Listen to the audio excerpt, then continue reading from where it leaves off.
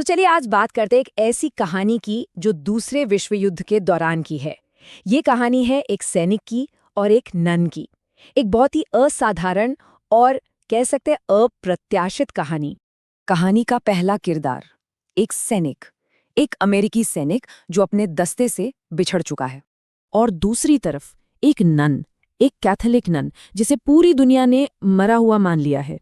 और सोचिए ये दोनों मिलते कहाँ हैं? एक सुनसान द्वीप पर, वो भी भयंकर युद्ध के बीचों बीच। तो सवाल ये उठता है कि जब दो इतनी अलग दुनियाएं एक इतनी खतरनाक जगह पे टकराती हैं तो आखिर होता क्या है? चलिए इसी को समझते हैं। तो बात है साल 1944 की। मरीन कप्तान है एलिसन। वो एक जापानी हमले से किसी तरह बच निकलते हैं और कई दिनों तक समंदर में भटकने के बाद एक द्वीप पर जा पहुंचते हैं। अब उन्हें तो यही लगता है कि द्वीप पर कोई नहीं है, ये बिल्कुल वीरान है। लेकिन तभी उनकी मुलाकात होती है सिस्टर एंजेला से। तो इस द्वीप पर अब ये दो लोग बचे हुए हैं।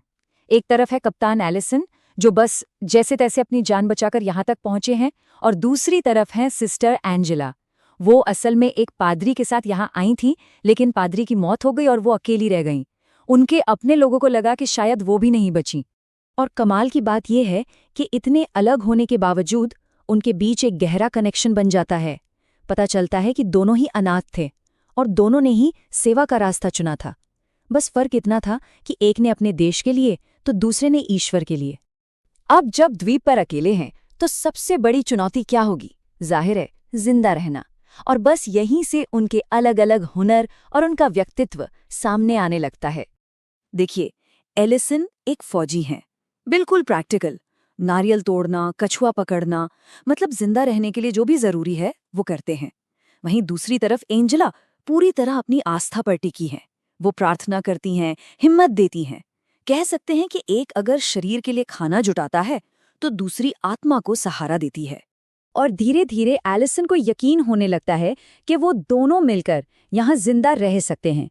वो कहते भी हैं, इस द्वीप में हमारे पास सब कुछ है, अगर कोई हमें बचाने ना भी आए तब भी हम जिंदा रह सकते हैं। मतलब वो इस नई सच्चाई को अपना रहे थे। लेकिन ये शांति ज्यादा दिन तक नहीं टिकती। एक दिन अचानक दुश्मन की दस्तक होती है और उनका वो सुरक्षित सा द्वीप एक पिंजरे में तब्दील हो जाता है। और खतरा बहुत तेजी से बढ़ता है।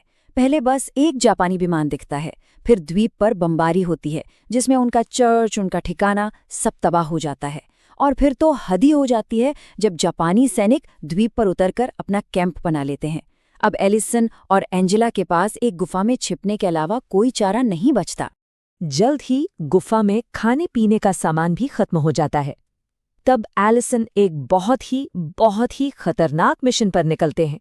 सोचिए, वो रात के अंधेरे में अकेले जापानी कैंप में घुसते हैं, वहां से खाना और दूसरा जरूरी सामान चुराते हैं और बस पकड़े जाने से बाल बाल बचते हैं। अब देखिए, इस लगातार खतरे और एक दूसरे के इतने करीब रहने के बीच कुछ और भी हो रहा था। उनकी दोस्ती अब एक गहरे भावनात्मक बंधन में बदल रही थी और इसी वजह से दोनों के मन में एक उलझन, एक संघर्ष पैदा हो रहा था। और फिर वो पल आता है। एलिसन अपनी भावनाओं को और रोक नहीं पाते। वो एंजेला से कहते हैं, मैं चाहता हूं कि तुम अपना नन बनने का इरादा बदल लो और मुझसे शादी कर लो। ये उनकी दो दुनियाओं की सीधी टक्कर थी। तो क्या आस्था प्यार के आड़े आएगी?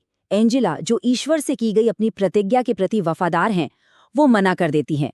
वो कहती हैं कि उन्होंने अपनी जिंदगी भगवान को सौंप दी है और वो उन्हें धोखा नहीं दे सकती। जाहिर है एलिसन का दिल टूट जाता है। इसके बाद कहानी अपने सबसे बुरे मोड़ पर पहुंचती है। दिल टूटा हुआ नशे में एलिसन की एंजेला से बहस हो जाती हैं। एंजेला नाराज होकर बारिश में भाग जाती हैं और बुरी तरह बीमार पड़ जाती हैं। अब उनकी जान बचाने के लिए दवा चाहिए थी और दवा के लिए एलिसन को फिर से जापानी कैंप में घुसना पड़ता है। लेकिन इस बार एक जापानी सैनिक उन्हें देख लेता है और एलिसन को उसे मारना पड़ता है। और यहीं पर एक बहुत बड़ा मोड़ आता है। एंजेला की हालत बिगड़ती जा रही थी। हताशा में वो प्रैक्टिकल सैनिक, जिसे भगवान पर ज्यादा यकीन नहीं था, वो पहली बार प्रार्थना करता है। इससे पता चलता है कि वो उनकी कितनी परवाह करते थे। और ठीक तभी सब कुछ बदल जाता है। अमेरिकी सेना द्वीप पर हमला कर देती है। एक तरफ तो ये बचाव का सिग्नल था, लेकिन दूसरी तरफ ये उनके साथ बिताए वक्त के खत्म होने का भी संकेत था। और अब एलिसन के सामने एक आखिरी फैसला था। हुआ ये कि जापानी सैनिकों ने द्वीप पर 4 बड़ी-बड़ी तोपें लगा रखी थीं।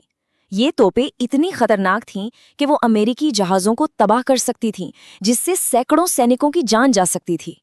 एलिसन घायल थे, लेकिन उन्हें अपना फर्ज पता था। एंजेला से इजाजत लेकर वो अपने साथी सैनिकों को बचाने के लिए निकल पड़ते हैं। चारों तरफ अमेरिकी बमबारी हो रही थी और उसके बीच वो कमाल की बहादुरी दिखाते हुए उन चारों तोपों को बेकार कर देते हैं। जब अमेरिकी सैनिक द्वीप पर पहुंचते हैं तो उन्हें एलिसन घायल हालत में मिलते हैं। उन्हें स्ट्रेचर पर ले जाया जा रहा होता है और एंजेला उनसे आखिरी बार मिलती हैं। वो कहती हैं, हो सकता है मैं तुम्हारे साथ अपनी जिंदगी ना बिता सकूं, लेकिन तुम हमेशा मेरे दिल के करीब रहोगे। और बस कहानी यही खत्म हो जाती है, लेकिन एक सवाल छोड़ जाती है। आखिर उनका ये रिश्ता था क्या? क्या ये सिर्फ हालात की वजह से था, या फिर ये फर्ज, बलिदान और एक ऐसे प्यार की कहानी थी जिससे अपनी मंजिल नहीं मिली? ये कहानी इस बात का एक जबरदस्त उदाहरण है कि कैसे युद्ध लोगों को बहुत ही अजीब तरीकों से करीब लाता है और फिर अलग भी कर देता है।